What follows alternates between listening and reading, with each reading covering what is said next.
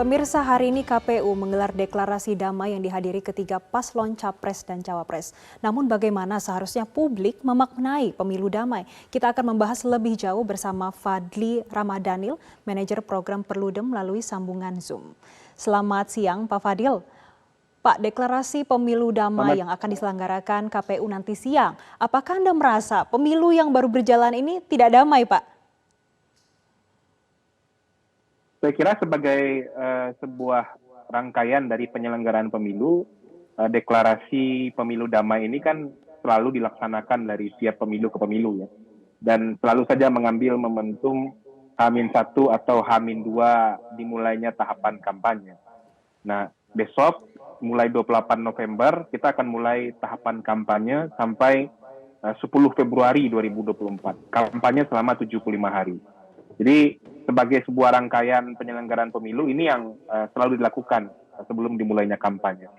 Nah, kalau dilihat dari kondisi aktual hari ini, memang ada banyak kritikan terhadap penyelenggaraan pemilu 2024, khususnya kepada penyelenggara pemilu dan juga kepada para peserta pemilu, khususnya bagaimana kemudian konflik kepentingan antara presiden yang sedang menjabat dengan anak presiden yang saat ini menjadi salah satu calon wakil presiden. Nah, tentu saja kita melihat bagaimana memaknai pemilu dilaksanakan secara damai ini tidak bisa di atas kertas atau tidak bisa menjadi jargon dan seremonial saja. Nah, tetapi betul-betul terimplementasi dari setiap substansi tahapan yang dilakukan oleh KPU, substansi kampanye yang dijalani oleh peserta pemilu, oleh tim sukses, oleh relawan, dan seluruh stakeholders yang terkait langsung maupun tidak langsung dengan penyelenggaraan pemilu. Esensi pemilu adalah mencari pemimpin.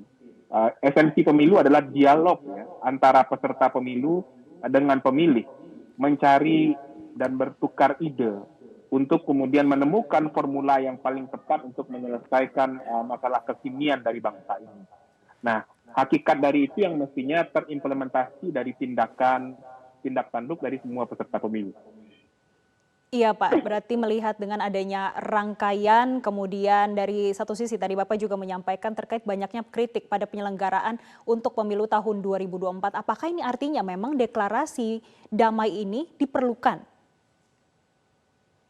Menurut saya sangat perlu ya, sebagai bagian pengingat dari penyelenggara pemilu kepada semua peserta pemilu dan kepada semua pemilih dan masyarakat Indonesia, kalau nanti ada pelaksanaan dan kampanye atau kemudian kegiatan tindakan yang kemudian mengarah kepada tindakan-tindakan yang tidak sesuai dengan esensi pemilu yang damai, pemilu yang luber, pemilu yang jurdil, pemilu yang konstitusional, maka ini deklarasi pemilu damai hari ini bisa menjadi pengingat. Dulu Anda pernah berdeklarasi akan melaksanakan pemilu secara damai, secara luber, secara jurdil gitu. Tapi sekarang ada tim kampanye Anda atau bahkan Anda sendiri yang kemudian melakukan tindakan-tindakan yang tidak sesuai dengan prinsip pemilu yang damai. Nah, ini bisa menjadi pengingat atau kemudian teguran kepada peserta pemilu, tim kampanye ataupun relawan mereka yang nanti keluar dari hakikat penyelenggaraan pemilu yang damai itu. Jadi ini penting sekali menurut saya sebagai gentleman agreement ya bagi peserta pemilu dengan penyelenggara pemilu termasuk juga dengan pemilih secara keseluruhan. Iya, Pak Fadli, di setiap pemilu berlangsung selalu ada deklarasi damai. Tapi kalau kita lihat nyatanya di setiap pemilu ada saja gesekan antara pendukung. Sebetulnya kalau melihat dari beberapa deklarasi damai di pemilu-pemilu sebelumnya, evaluasinya seperti apa sih Pak? Dan apakah ini bisa dikatakan kalau deklarasi damai ini tidak berhasil hingga lapisan akar rumput Pak? Ya, tantangannya memang bagaimana membangun kesadaran politik kepada semua stakeholder kepemiluan secara terus-menerus ya. Harus diingatkan bahwa esensi pemilu ini bukanlah tujuan akhir dari bernegara, tapi esensi pemilu adalah bagaimana kita mencari sosok calon pemimpin baik itu di eksekutif maupun di legislatif yang sesuai dan dibutuhkan oleh bangsa ini saat ini untuk menyelesaikan persoalan-persoalan kita. Jadi bahwa memang pemilu itu adalah suatu konflik yang konstitusional, kontestasi yang memang difasilitasi, tapi ingatlah bahwa tujuannya adalah untuk mewujudkan kedaulatan rakyat dan mewujudkan kesejahteraan. Bahwa pada praktiknya dari setiap pemilu ke pemilu masih selalu saja terjadi gesekan antar pendukung calon presiden misalnya, atau antar pendukung partai politik. Ini yang memang menjadi tantangan bahwa pendidikan politik, pendidikan demokrasi, pendidikan pemilih itu tidak selesai hanya dengan 3 kali, 4 kali, bahkan 5 kali pemilu. Pemilu 2024 itu sudah pemilu ke-6 bagi kita, Mbak, sejak era reformasi. Ya. Nah, makanya kalau hari ini kita masih menghadapi bagaimana situasi pemilih atau kemudian pendukung peserta pemilu masih melakukan hal-hal yang mestinya tidak sesuai dengan esensi pemilu yang demokratis, pemilu yang berintegritas itu, ya memang berarti demokrasi kita belum selesai konsolidasinya. Nah, ini yang menjadi tantangan, bagaimana elit politik itu betul-betul mengimplementasikan nilai-nilai demokratisasi dalam penyelenggaraan pemilu itu tersalurkan kepada semua kader mereka, kepada semua pemilih mereka. Jadi memanaskan mesin pendukung capres, memanaskan mesin pendukung partai politik itu tidak dengan menjadikan atau membangun framing bahwa kalau Anda tidak menjadi bagian dari kita, berarti itu adalah musuh kita. Tidak seperti itu.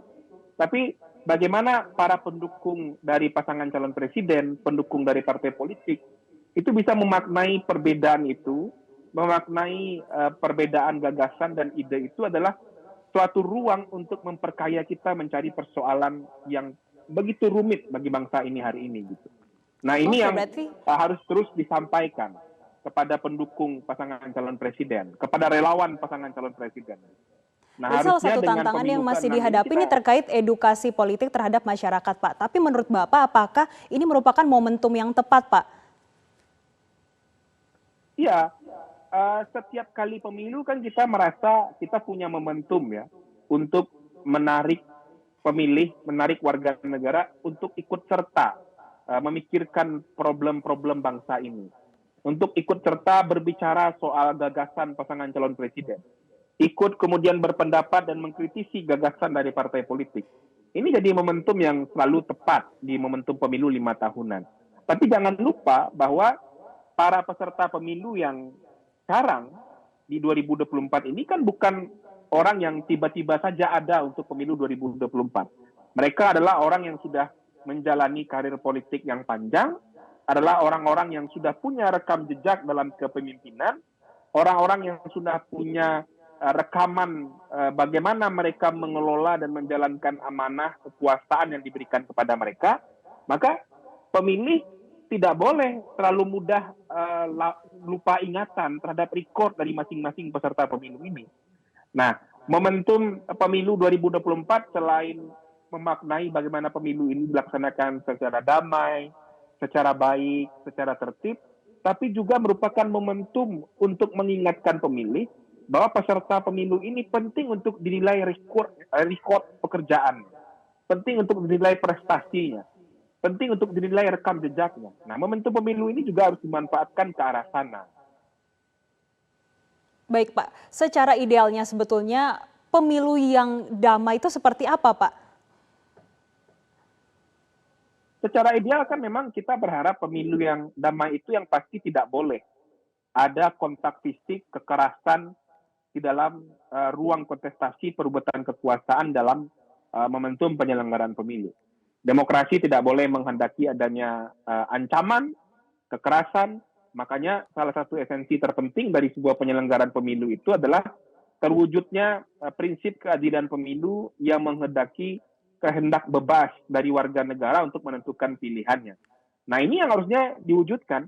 Momentum pemilu damai ini, pemilih mesti bebas menentukan hak pilihnya, pemilih mesti merasa aman untuk mengekspresikan pilihan politiknya, dan para peserta pemilu itu juga bertanding di arena pertarungan yang fair. Nah, tidak boleh kontestasi pemilu ini dirusak dengan memobilisir aparatur negara, organ-organ negara, aparat keamanan, kepolisian, TNI, program pemerintah untuk kepentingan peserta pemilu tertentu. Itu tidak boleh. Jadi kalau kita mau memaknai pemilu damai itu seperti apa, bagi saya pemilu damai itu adalah pemilu yang betul-betul dilaksanakan dengan nilai-nilai demokratisasi dan nilai-nilai pemilu yang luber dan jurdil. Jadi jangan memanfaatkan program pemerintah untuk peserta pemilu tertentu, jangan memobilisasi aparatur pemerintah untuk kepentingan pemenangan calon tertentu, dan juga jangan menggunakan ancaman, intimidasi, mengkooptasi lembaga penyelenggara pemilu. Baik. Itu langkah-langkah yang harus dihindari untuk mewujudkan pemilu yang damai, pemilu yang demokratis. Baik, terima kasih Bapak Fadli Ramadhanil selaku manajer program Perludem sudah bergabung bersama Metro TV. Jelajahi cara baru mendapatkan informasi. Download Metro TV Extend sekarang.